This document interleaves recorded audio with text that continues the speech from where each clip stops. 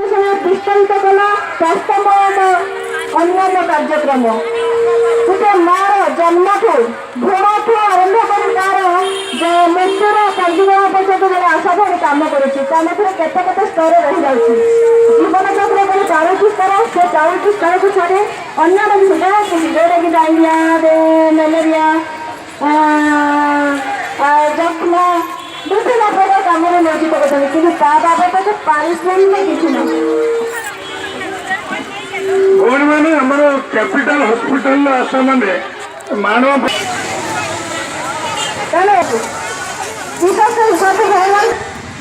ମାଣବସା ଗୁରୁବାରରେ ତାକୁ ମା ଠାକୁରାଣୀଙ୍କ ପାଖରେ ଆମେ ବିବେକ ଦିଅନ୍ତୁ ଯେ ଆଶା ପରିମାଣ ଆମେ 8,000 ଟଙ୍କା ଲାଗିଅଛି। ଦିନକୁ କିଛି ନାହିଁ ଲାଗୁଛି ଦିନକୁ 300 ଟଙ୍କା, କିନ୍ତୁ ଆମେ ଏତେ କାମ କରୁଛୁ କିନ୍ତୁ ଆମ ପାଇଁ କିଛି ନାହିଁ।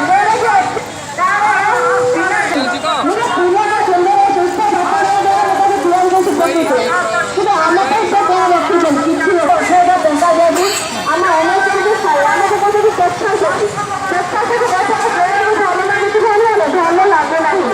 ତ ନିହାତି କରୁଛୁ, ଅନୁରୋଧ କରୁଛୁ ଯେ ଆମକୁ ସ୍ୱେଚ୍ଛାସେବୀ ପଦକ୍ଷେପ ଏକାଠି ଆମକୁ ସ୍ଥାୟୀ ସହକାରୀ ମାନ୍ୟତା ଦିଆଯାଉ।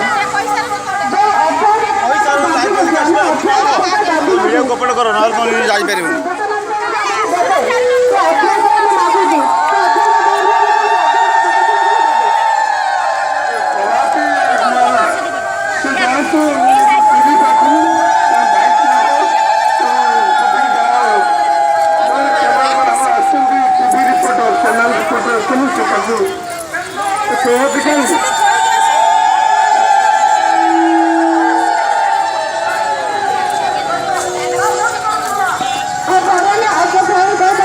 କିଏ କରାଇଯିବ?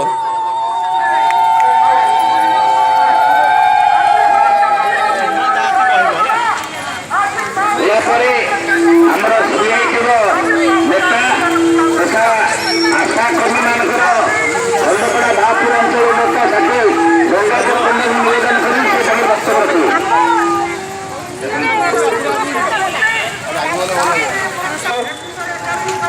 ଆଶା କର୍ମୀ ଏବଂ ଆଶା ସାଥୀ ଯେଉଁମାନେ ଓଡ଼ିଶାର ବିଭିନ୍ନ ପ୍ରାନ୍ତରୁ ବିଭିନ୍ନ ଜିଲ୍ଲାରୁ ସେମାନଙ୍କର ଦାବି ପାଇଁ ମାତୃ ମୃତ୍ୟୁ ହାରକୁ ଯଥେଷ୍ଟ ଭାବରେ ରୋକିଛନ୍ତି, ସଫଳ ହୋଇଛନ୍ତି, ଯାହା ଓଡ଼ିଶା ଏବଂ ଦେଶର ସମ୍ମାନ ବୃଦ୍ଧି କରିଛି। ସେଥିପାଇଁ ଆପଣମାନଙ୍କୁ ବହୁତ ବହୁତ ଅଭିନନ୍ଦନ ଜଣାଉଛି।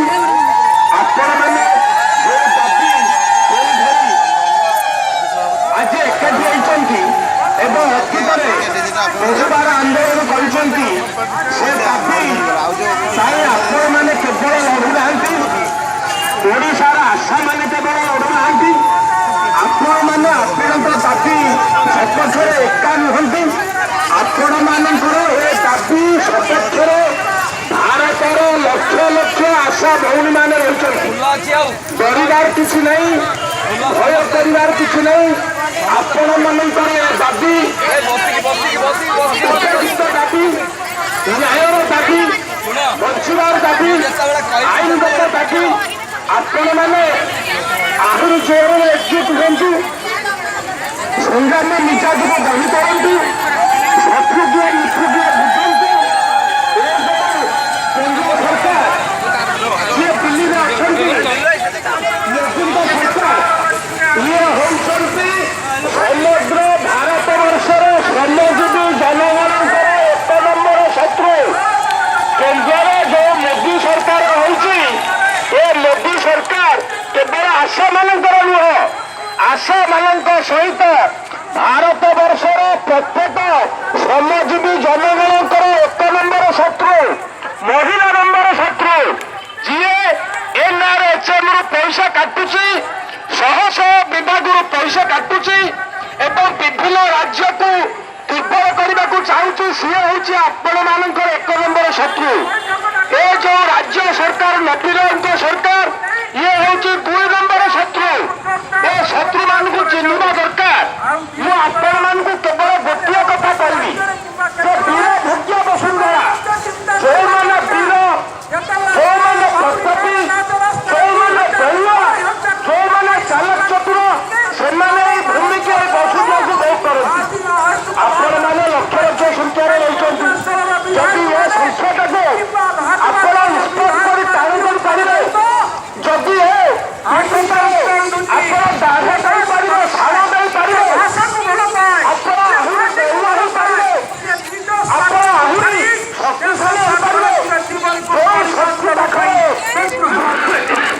ରାଜ୍ୟ ସରକାର କେନ୍ଦ୍ର ସରକାର ମୁଣ୍ଡ ନୁଆଇବାକୁ ବାଧ୍ୟ ହେବ, ଯାହାଫଳରେ ଆପଣମାନଙ୍କର ଦାବି ନିଶ୍ଚିତ ଭାବରେ ପୂରଣ ହୋଇପାରିବ।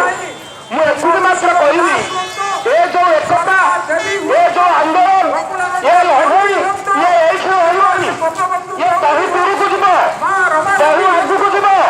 ଇଏ ଭାରତ ବର୍ଷ